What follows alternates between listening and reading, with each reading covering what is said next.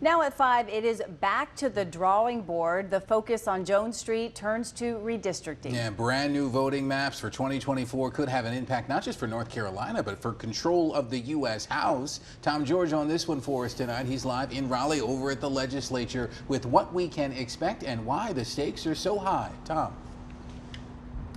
Well, Joel and Amber, North Carolina has a long and notorious history of gerrymandering. For decades, it was Democrats in control at the legislature. Now it's the Republican supermajority with the power to redraw those lines. The question, though, is just how far will they go to expand their seats in Congress, and how drastic will those changes be?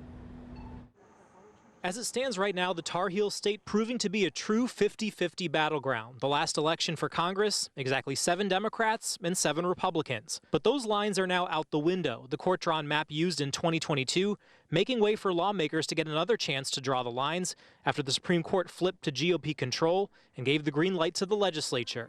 At public hearings on redistricting, some saying gerrymandering is fair game. You should exercise that authority with the same vigor that your predecessors did back in the 1990s and the early 2000s. But most expressing concern about keeping communities intact and making sure voters of color get a fair chance of representation under the Voting Rights Act. What I have seen repeatedly is the lack of empathy for the African American community on the legislative level, especially when it pertains to fair mapping. What that final map ends up looking like is up in the air, but the original GOP-drawn proposal from 2021 might provide some clues.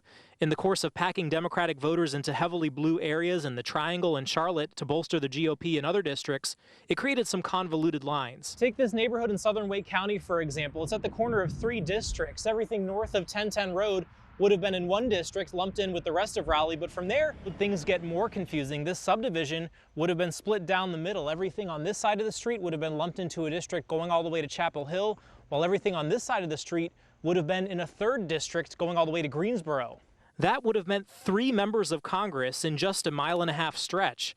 And voters there say it would only continue years of confusion. Our polling stations would be continually switched. Like I would go to the church, and then I had to go like 4 miles that way to another church. They just hope those who control the pen don't draw too far outside the lines. Yes, it feels like instead of dividing in a way that makes sense, physical boundaries, instead it feels very much like cherry picking.